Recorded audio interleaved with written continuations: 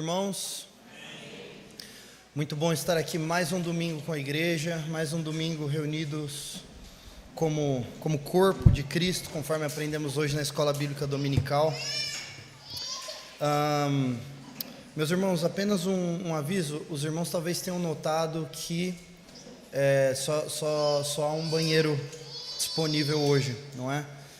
Não temos o banheiro masculino e feminino disponíveis hoje, apenas um, porque os banheiros da igreja estão em reforma. Nós estamos preparando para que ambos os banheiros, masculino e feminino, tenham 2 baias cada um. Mas os irmãos sabem que durante esse processo nós temos que ter um pouquinho de paciência. Então agradecemos aí a paciência dos irmãos. E bom, é isso. Se Deus quiser, logo estaremos aí com os banheiros divididos. Amém? Louvado seja Deus. Meus irmãos, gostaria de pedir a todos que abrissem a escritura no Evangelho segundo escreveu Mateus, capítulo 4. Evangelho de Mateus, capítulo 4. Nós mais uma vez leremos dos versos 1 a 11, focando hoje na primeira das tentações de Jesus. Os irmãos que forem encontrando a referência, digam amém. Amém. Amém. Mateus capítulo 4, a partir do verso 1 e até o verso 11. Vamos adentrar em Terra Santa. Essa é a palavra de Deus. A seguir, Jesus foi levado pelo Espírito ao deserto para ser tentado pelo diabo. E depois de jejuar 40 dias e 40 noites, teve fome. Então o tentador, aproximando-se, disse a Jesus: se você é o Filho de Deus, mande que estas pedras se transformem em pães. Jesus, porém, respondeu: está escrito, o homem não viverá só de pão, mas de toda palavra que procede da boca de Deus. Então o diabo levou Jesus à cidade santa, colocou-o sobre o pináculo do templo e disse: se você é o Filho de Deus, jogue-se daqui, porque está escrito, aos seus anjos ele dará ordens a seu respeito, eles o sustentarão nas suas mãos para que você não tropece em alguma pedra. Jesus respondeu: também está escrito, não ponha à prova o Senhor seu Deus. O diabo ainda levou Jesus a um monte muito alto, mostrou-lhe todos os reinos do mundo e a glória deles e disse: tudo isso lhe darei, se prostrado você me adorar.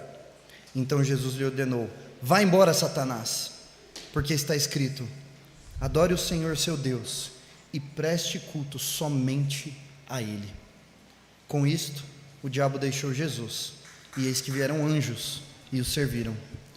Nós vamos orar nesse momento. Eu gostaria de pedir a você que entre na presença de Deus em oração com toda reverência, que não converse, que desligue o celular e que saiba que você está falando com Deus vivo.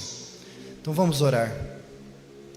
Pai amado, obrigado pela Tua palavra, Senhor.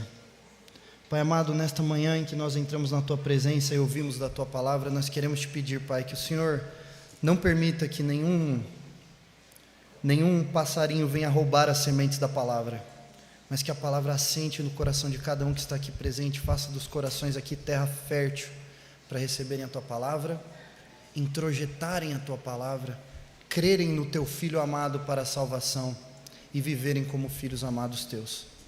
Oramos em nome de Jesus. Amém. Meu irmão, minha irmã, você já passou por algum tipo de dificuldade, algum tipo de provação que te fez considerar tomar uma atitude errada, cometer algum pecado, fazer uma coisa que você sabia que não estava bem certo, mas que você estava disposto a maquiar para poder resolver algum problema, alguma necessidade, alguma provação? É sobre isso que nós falaremos hoje, refletindo sobre a primeira das tentações que Satanás colocou diante de Jesus ali no deserto. Na semana passada, nós definimos o que é tentação e o que é provação. Nós falamos, e eu gostaria de enfatizar isso um pouco mais aqui, os pastores disseram a mim, talvez você tenha que enfatizar um pouco mais esse ponto, então assim o farei. Tentação é quando o diabo, Satanás, o tentador, coloca diante de você alguma oferta de pecado, de desobediência a Deus. Quem oferece aquilo pelo que você é tentado é o tentador, o diabo. e você acaba sendo tentado pela sua própria cobiça, porque a tua carne deseja aquilo que o diabo oferece nesse sentido. Por outro lado, nós temos a ideia de provação. Provação é aquilo que Deus faz, não o diabo. Deus não tenta, o diabo sim, mas Deus prova. E Deus coloca seus filhos em situações em que a sua fé será provada, dificuldades em que eles serão chamados a exercitarem a sua fé. Então, isto posto, essa é a diferença entre tentação e provação. Amém? Está claro? Amém. Meus irmãos, vocês viram aí que as crianças receberam uma atividade em que eu fiz algumas perguntas, não é? Vocês terão crianças que responderem qual é o texto de hoje, qual foi a tentação que Satanás ofereceu a Jesus no deserto, tá? E vocês podem escrever ou desenhar. Tem que escrever também qual foi o texto que Jesus usou, isso eu vou falar ao longo da pregação, qual foi o texto que Jesus usou para responder Satanás. E finalmente, eu quero que vocês reflitam a respeito de situações na vida de vocês, em que vocês precisavam ou queriam alguma coisa, e pensaram em desobedecer para conseguirem aquilo. Pois bem, o trecho do texto no qual nós focaremos hoje começa no versículo 2. Mas lembrando já que semana passada nós vimos que Satanás, a estratégia dele é desfigurar e questionar aquilo que Deus diz. Então no capítulo 3, Deus Pai vem do céu e diz: este é o meu filho amado, em quem me comprazo. E aí Satanás vem dizendo a Jesus: se és filho de Deus, assim como ele fez no Éden, certamente não morrereis, falando ali para Adão e Eva, não é? Portanto, a estratégia de Satanás é essa: distorcer o que Deus diz.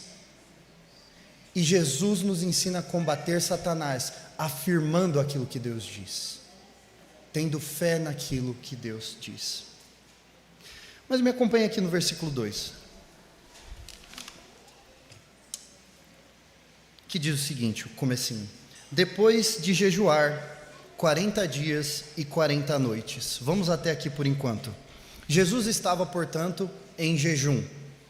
E o que é jejum? Nós falamos pouco a respeito de jejum, não é, nos dias de hoje. O jejum é uma disciplina que foi deixada um pouco de lado.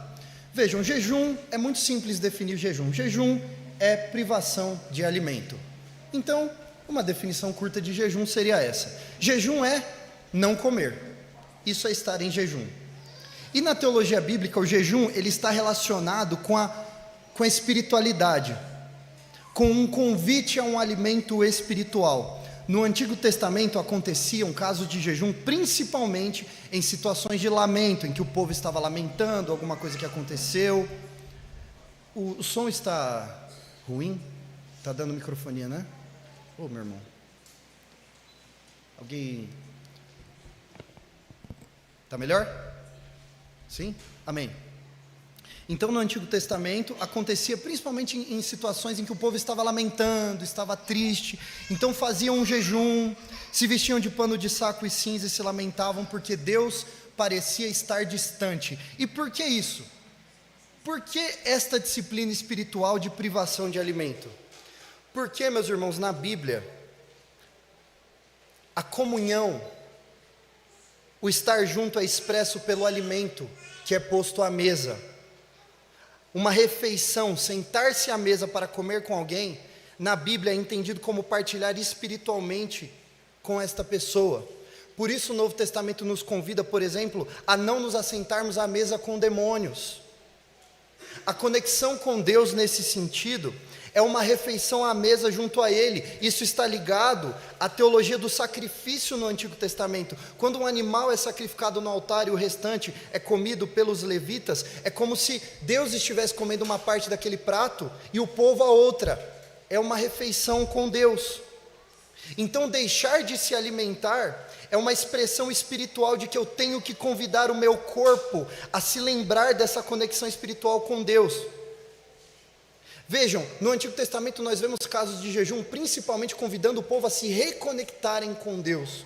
Nós lemos em Joel, capítulo 2, verso 13, por exemplo: rasguem o coração e não as roupas, convertam-se ao Senhor seu Deus, porque Ele é misericordioso e compassivo. Então é um convite a se reconectar com Deus.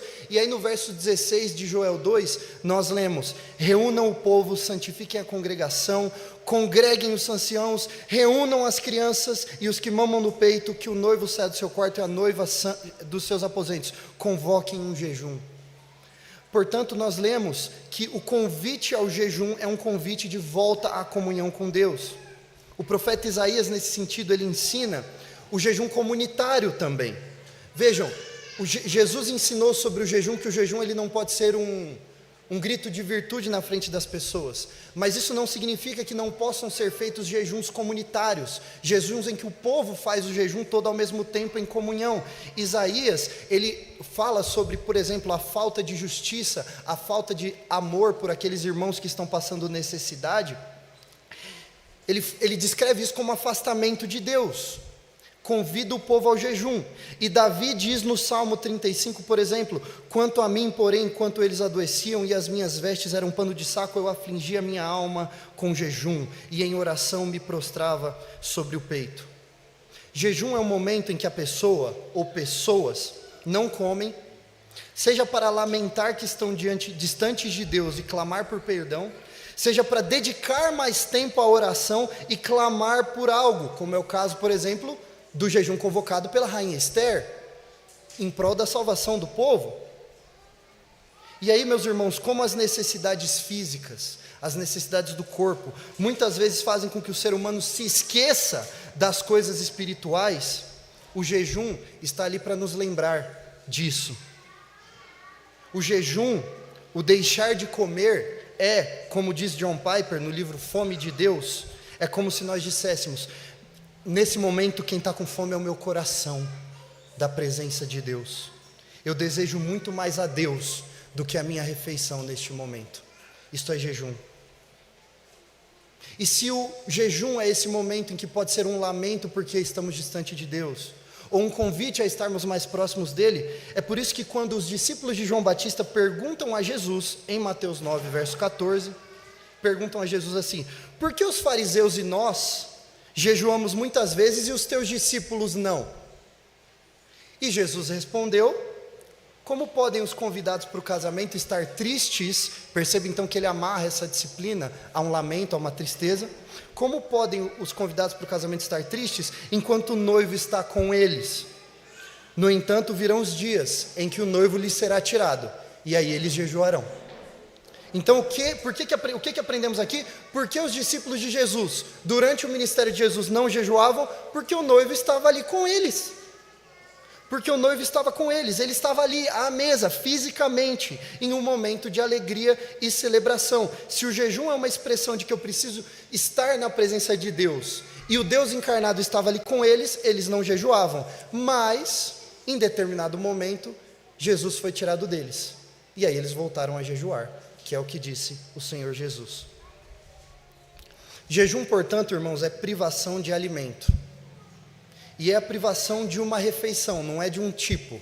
Não adianta você falar: vou fazer jejum, ainda bem porque meu nutricionista falou que eu tenho que cortar o carboidrato, então vou fazer um jejum de arroz, mas vou comer normal, vou comer a carne e a salada. Isso não é jejum, isso cortou uma coisa. Jejum não é de novela, de Netflix, nem de videogame, não é? Por mais que não haja nada de errado em você abdicar de algumas dessas coisas, inclusive recomendo, para se dedicarem mais à oração, mas isso não é jejum. Jejum é privação de alimento para uma dedicação mais intensa à oração e à palavra. Isto é jejum. Dá fome? Quem já fez jejum aqui? Dá fome, não dá? É assim que fica a tua alma quando você se distancia de Deus, faminta. E o jejum te convida a se lembrar disso. E aí o nosso Senhor Jesus ficou 40 dias e 40 noites em jejum, espelhando os 40 anos que o povo de Israel passou no deserto.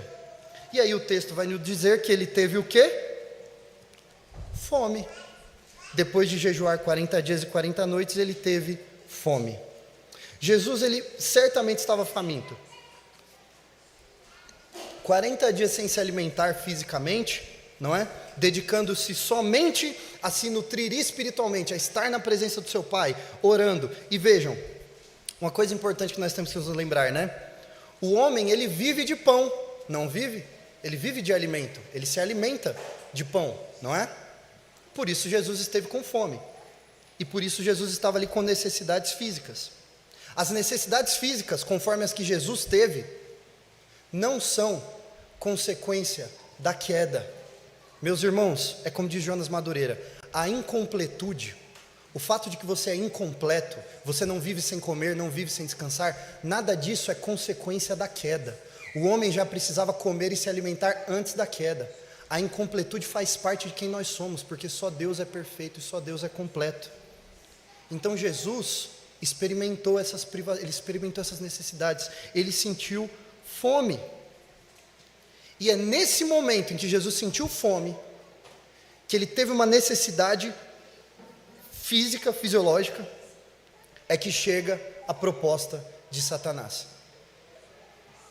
E aí o texto vai nos dizer o seguinte no verso 3.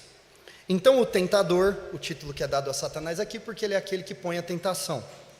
Então o tentador, aproximando-se, disse a Jesus: se você é filho de Deus, mande que estas pedras se transformem em pães.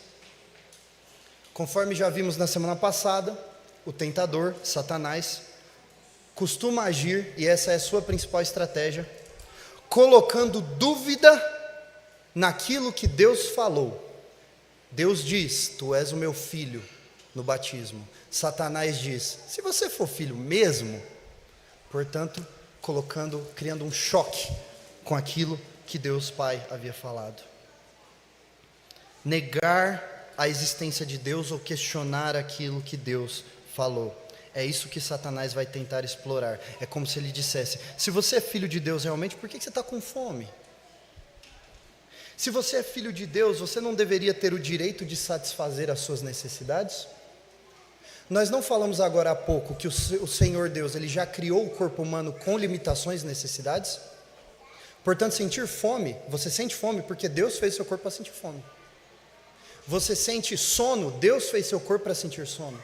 Você sente o desejo de partilhar a sua vida com alguém, se casar, se relacionar com uma pessoa, Deus colocou isso no seu, ele fez seu corpo assim. Se você é filho de Deus, você está com essa necessidade que quem colocou em você foi Deus? Você não tem o direito de satisfazê-la?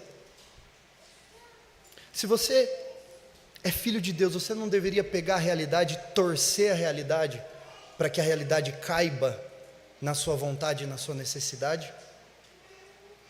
Mas existe mais um detalhe aqui, que é a temática do Evangelho de Mateus em geral. O Evangelho de Mateus, ele é chamado por alguns teólogos de o Evangelho do Rei, ou o Evangelho do Reino. E nesse sentido, ele apresenta Jesus como Filho de Deus. Quando Jesus é chamado Filho de Deus em Mateus, há uma ênfase nesse título, que é a mesma ênfase que o salmista fala no Salmo 2. No Salmo 2, ele fala nos versos 6 e 7, Deus Pai falando, eu constituí o meu rei sobre o meu santo monte Sião. E o rei diz, proclamarei o decreto do Senhor. E aí o pai diz ao filho, ao rei, você é meu filho, hoje eu te gerei. Portanto, o Salmo 2, que é um salmo que fala sobre o reinado do Messias, chama o Messias de filho. Então, quando o Evangelho de Mateus, que tem essa ênfase, chama Jesus de filho, ele está reverenciando também a realeza de Jesus, o fato de que ele é o rei. Tanto é que Jesus, em Mateus 21, verso 9, entra em Jerusalém e as multidões clamam, Hosana, filho de Davi, bendito que vem em nome do Senhor. Ele é recebido como um rei. E parece um pouco que Satanás está querendo insinuar quando diz, se você é filho de Deus, portanto você tem direito a tudo. Use esse teu direito. Se você é de fato filho de Deus, use os recursos disponíveis que o seu pai criou e faça o seguinte, está com fome? Pegue essas pedras, que é um negócio que não foi feito para comer, e transforme elas em pães. Então pega um elemento qualquer, converta ele para ele caber na tua vontade, na tua necessidade, e faça usufruto daquilo. Por que não? Transforme essas pedras em pães. Qual é a relevância de uma sugestão como essa? Bom, primeiramente, essa questão do pão, nós precisamos entendê-la dentro do contexto bíblico. O pão na palavra de Deus é o paradigma do alimento. Na oração do Pai Nosso, nós somos ensinados a orar: o pão nosso de cada dia nos dai hoje. E quando nós oramos o pão nosso de cada dia nos dai hoje, não significa que no teu almoço não vai ter arroz, feijão, bife, carne moída e batata frita. Ele está pedindo pelo alimento de maneira geral. Jesus multiplica pães e também peixes para a multidão. Quando Jesus vai falar do amor do Pai em Mateus 7, ele diz: se vocês que são maus sabem dar boas coisas aos seus filhos, que dirá o Pai que está no céu? Se vocês pedirem pão, você acha que ele vai dar pedra? E quando Jesus institui a ceia do Senhor, qual é o alimento da ceia? É o pão. Portanto, o pão é um paradigma de alimento. E a sugestão de Satanás, vejam se o meu raciocínio faz sentido, porque se não fizer, nenhuma das aplicações depois fará sentido. Jesus está com uma necessidade ali, certo? Ele está com fome, correto? Jesus tem poder de transformar a pedra em pão? Claro, ele faz o que ele quiser, ele é Deus. Ou seja, ele tem uma necessidade ali, física, e ele tem uma oportunidade, ele tem o poder para fazer algo em prol dessa necessidade. E aí o que normalmente pessoas que passam por esse texto pela primeira vez se perguntam é: qual o problema? Qual é o problema de Jesus, ele matar a fome dele, ele transformando pedra em pão? Você está com fome, você não precisa comer? Qual é o problema? E meus irmãos, todas as vezes que nós pecamos na vida, nós nos fizemos a mesma pergunta. Eu estou com vontade, tenho a oportunidade aqui, eu consigo, qual o problema? Por que não? Meus irmãos, instâncias de pecado em geral são assim. Em Gênesis, o texto nos diz em Gênesis 3:6, que a mulher viu que a árvore era boa para se comer, era agradável aos olhos, era desejável para dar entendimento. Ela tomou o fruto e comeu. Ora, ela queria, a árvore estava lá, qual o problema? O problema é que é uma tentação de Satanás. Esse é o problema. O problema é que é desobediência a Deus. Ou em 2 Samuel 11:2, quando o texto nos diz que em uma tarde Davi se levantou do seu leito, andava passeando pelo terraço, quando deveria estar trabalhando, deveria estar na guerra, né? Andava passeando no terraço do palácio real. Davi viu ali uma mulher que estava tomando banho, ela era muito bonita. Ora, ele viu, ele quer, ele tem o poder.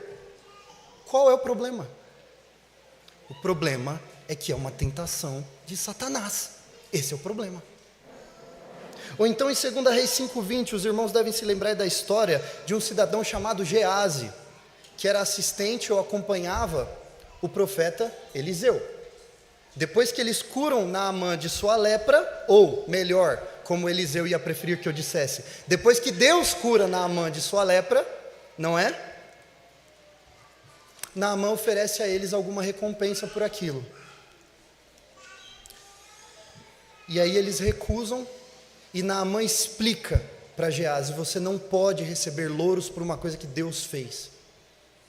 Mas aí Geazi juntou Lé com Cré e falou: eu quero, está ali a oportunidade, o cara quer me dar o dinheiro, qual é o problema?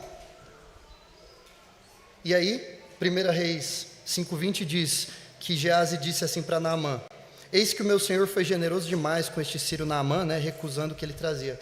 Mas eu, tão certo como vive o Senhor, ainda colocou o nome de Deus no meio, vou correr atrás dele e receberei alguma coisa.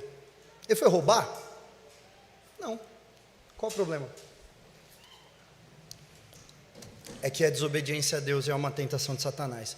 Em todos esses casos, se você olhar pelo olhar meramente humano e você se perguntar qual é o problema, não está fazendo mal a ninguém, eu quero, eu preciso, a oportunidade está ali, não estou fazendo mal a ninguém, qual é o problema? O problema é que é uma oferta de Satanás. Esse é o problema. Sabe quem entendeu isso no Antigo Testamento? José. O texto de Gênesis 39, 7-8 nos diz que depois de um tempo trabalhando na casa de Potifar, José, trabalhando ali, né? A mulher de Potifar começou a cobiçar José e o convidou: venha, deite-se comigo. E ele recusou. Qual era o problema? Era uma oferta de Satanás. E aí, meus irmãos, a resposta de Jesus é tão genial, e ela nos ensina tanto, que nós precisamos caminhar por essa resposta com muita calma. Jesus, ele responde, como é o caso, nas 3 tentações, citando a palavra de Deus. O que já nos mostra uma coisa: se o Filho de Deus, que é o Logos encarnado, que é a palavra encarnada, lidou com a tentação de Satanás através da Escritura, como é que nós temos que lidar com as tentações de Satanás? Sem a Escritura não lidaremos. Sem aprender aquilo que a Escritura diz, não lidaremos, não venceremos. Jesus responde à tentação de Satanás citando o Antigo Testamento, especificamente o capítulo 8 de Deuteronômio. Ele cita Deuteronômio capítulo 8, os versos 1-3. Esse é o texto que Jesus cita. Se você quiser abrir nesse texto, esse é o texto que Jesus cita para Satanás, não é? E aí Deuteronômio 8, o versículo 1 de Deuteronômio 8, que Jesus cita, diz o seguinte, né? É Moisés falando com o povo no deserto, depois que boa parte do povo já tinha morrido por ter desobedecido a Deus, e dando instruções ao povo no deserto sobre como viver diante de Deus. Deuteronômio 8, verso 1 diz: tenham cuidado de cumprir todos os mandamentos que hoje lhes ordeno, para que vocês vivam, se multipliquem, entrem e tomem posse da terra que o Senhor prometeu sob juramento aos pais de vocês. Então Deus estava conduzindo eles pelo deserto até Canaã, dizendo: para que vocês se multipliquem, para que vocês vivam, para que vocês tomem posse dessa terra, vocês precisam obedecer a Deus. Obedeçam, não é? E aí depois ele diz: lembrem-se de todo o caminho pelo qual o Senhor seu Deus os guiou no deserto durante esses 40 anos, para humilhar vocês, para pôr vocês à prova, para saber o que estava no coração de vocês, se guardariam ou não os seus mandamentos. Esse versículo é importantíssimo. Vejam esse versículo com atenção. O deserto para Israel foi um lugar de provação. E o que Moisés está dizendo ao povo aqui é: lembrem-se. Lembrem-se de como foi. Primeiro, no processo de Israel caminhando no deserto, o Senhor deixou de prover para eles em algum momento? Em nenhum momento Deus deixou de prover. E eles tinham que olhar para a provação. Vejam, o texto vai dizer: Deus os guiou durante esses 40 anos para humilhar vocês, para pôr vocês à prova. Então eis o que falamos no início: Deus pôs o povo de Israel à prova. Para quê? Para que os desígnios do coração deles fossem revelados. Porque no momento que a fé é colocada à prova, no momento que é fácil dizer eu confio no Senhor, mas no momento que você tem que confiar mesmo, aí você vê o quanto aquilo assentou já no seu coração, e você age daquela maneira, não é? Portanto, a provação não era para destruí-los, a provação era para prová-los e para fortalecê-los. E aí o texto avança e diz: ele humilhou vocês, deixou vocês passarem fome, ele os sustentou com maná, que é um alimento que você não planta, um alimento que você não colhe, que você não compra, que você não prepara, é literalmente comida caindo do céu. Ele sustentou vocês com maná. Vocês não sabiam o que era isso, os pais de vocês não sabiam o que era isso, para que vocês compreendessem. Ele fez isso, ele deixou vocês não conseguirem plantar nem colher nada no deserto por 40 anos, passarem fome por vezes, e alimentou vocês com comida do céu, para vocês entenderem que você não vive só daquilo que você faz, você não vive só daquilo que você planta, você não vive só daquilo que você colhe, compra, prepara na cozinha, você vive daquilo que Deus diz, você vive daquilo que Deus decreta e prepara. Vocês tinham que entender isso, por isso vocês passaram fome, eu fiz comida cair do céu, para vocês aprenderem. Por que Deus permitiu que eles sentissem fome? Por que Deus ordenou, inclusive, que o maná não fosse guardado para o dia seguinte? Não sabiam disso? Não podia guardar o maná para o dia seguinte, senão apodrecia, tinha que esperar o pão nosso de cada dia. E por que ele fazia cair exatamente a quantidade necessária para cada dia? Para que o povo entendesse que eles viviam daquilo que Deus decretava. Porque o Senhor estava ensinando aquele povo a depender dele e obedecê-lo. O ser humano não vive só de pão, ele vive daquilo que Deus decreta, daquilo que Deus determina. O pão não vem se Deus não falar. Até o esforço que nós fazemos para conquistar o pão de cada dia só produz resultado quando vem acompanhado do decreto de Deus, da bênção de Deus. Portanto, é tolice achar ou tentar garantir o pão de cada dia por meio da desobediência a Deus.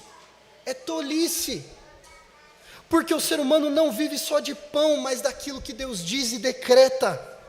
Por isso a obediência a Deus é o melhor caminho para o nosso sustento, tanto físico, mas também espiritual. Quando Adão e Eva desejaram o fruto proibido no Éden, houve vontade de atender a algo físico. Mesma coisa com Davi, mesma coisa com Geazi, eles quiseram atender os desejos e anseios do próprio corpo e envenenaram a própria alma, quando quiseram atender os desejos do corpo em desobediência a Deus. Qual é o problema de atender às necessidades do corpo em desobediência a Deus? O problema é que a vida do ser humano não é só física, a vida do ser humano é espiritual. E sendo espiritual, precisa se alimentar espiritualmente. O problema é que quando as minhas vontades físicas são atendidas por meio de uma oferta de Satanás, estou desobedecendo a Deus. Posso até estar atendendo às necessidades e vontades do meu corpo fisicamente, mas estou me matando espiritualmente. Eu vivo de pão? Claro, com certeza. Agora, eu vivo só de pão? Ora, se nós vivemos só de pão, se a única coisa que existem são nossas necessidades físicas, portanto, comamos e bebamos, porque amanhã morreremos, não é mesmo? Mas se eu não vivo só de pão, se eu também vivo daquilo que Deus decreta e coloca para mim, assim vive a minha alma, eu não posso atender às necessidades do meu corpo em desobediência a Deus. O que é se alimentar da palavra de Deus nesse sentido? É ler a Bíblia? Com certeza absoluta. Ouvir sermões que expõem a Bíblia? Com certeza absoluta. Tudo isso é encher a sua mente e o seu coração com aquilo que é bom, que é o que Paulo diz que nós temos que fazer para minar toda a ansiedade, não é? Tirar um momento de jejum para ler a Bíblia e orar em momentos que seriam minha refeição, com certeza absoluta, isso é alimentar-se de toda a palavra que sai da boca de Deus. Mas para quê? O que vem após isso? Sabe o que Tiago, o irmão do Senhor Jesus, diz sobre alimentar-se da palavra de Deus? Ele diz em Tiago 1,22: sejam praticantes da palavra e não somente ouvintes, enganando a vocês mesmos. Alimentar-se de pão, de comida física. Ora, o pão, ele se converte nas células do seu corpo. O teu alimento se torna quem você é.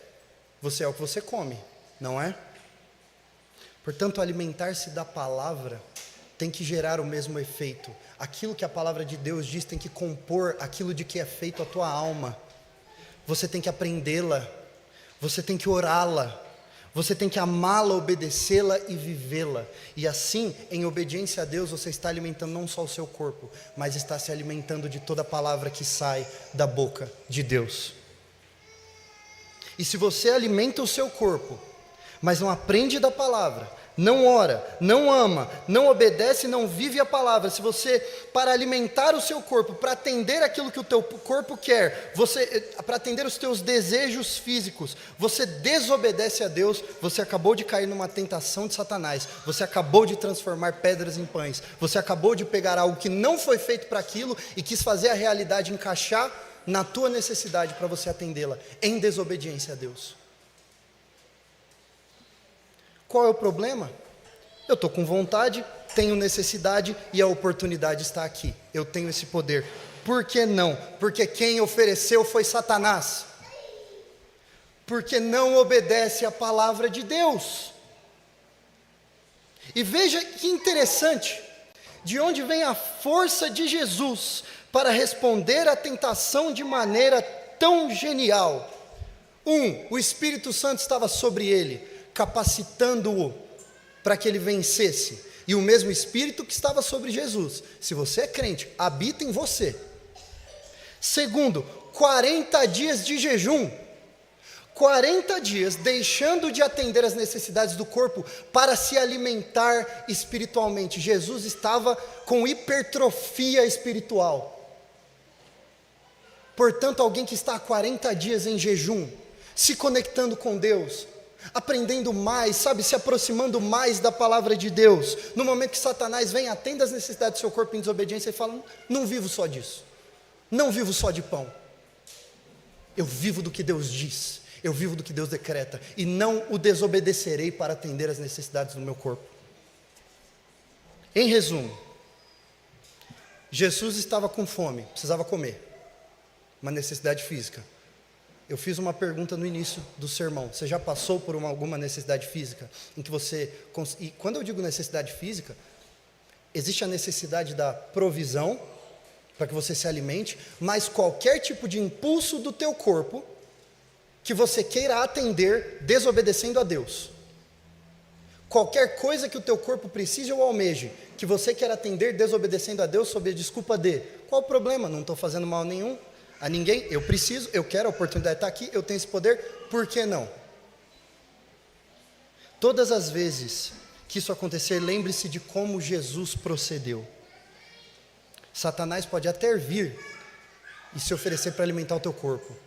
Satanás pode até vir e dizer: eu te dou todos os reinos desse mundo se prostrado você me adorar. Mas Satanás está ali para matar, roubar e destruir. A falta de fé se revela quando Deus diz na sua palavra: creia porque eu vou cuidar de você. E aí o ser humano não crê e escolhe o outro caminho, e transforma pedras em pães, e distorce a realidade para que ela caiba na necessidade ou na vontade dele. A verdadeira alimentação, a espiritual, ela vem primeiramente da fé no que Deus disse. O Deus que disse em Mateus 6, 33 e 34, mas busque em primeiro lugar o reino de Deus e a sua justiça, e todas essas coisas, o que vocês vão de comer, beber ou vestir, lhes serão acrescentadas. Portanto, não se preocupem com o dia de amanhã, pois amanhã trará os seus cuidados. Basta cada dia o seu próprio mal. E não só fé nisso que Deus disse, mas também obediência ao que Deus disse, como quando Tiago diz: sejam praticantes da palavra e não somente ouvintes, enganando a vocês mesmos. Portanto, aprendamos com o nosso Senhor Jesus. Quando Satanás nos mostra algo que queremos ou precisamos, temos a capacidade de fazer naquele momento. Isso por si só não justifica o fazer. Querer, precisar e ter a oportunidade não justifica a ação. Justifica se for em obediência ao que diz a palavra de Deus.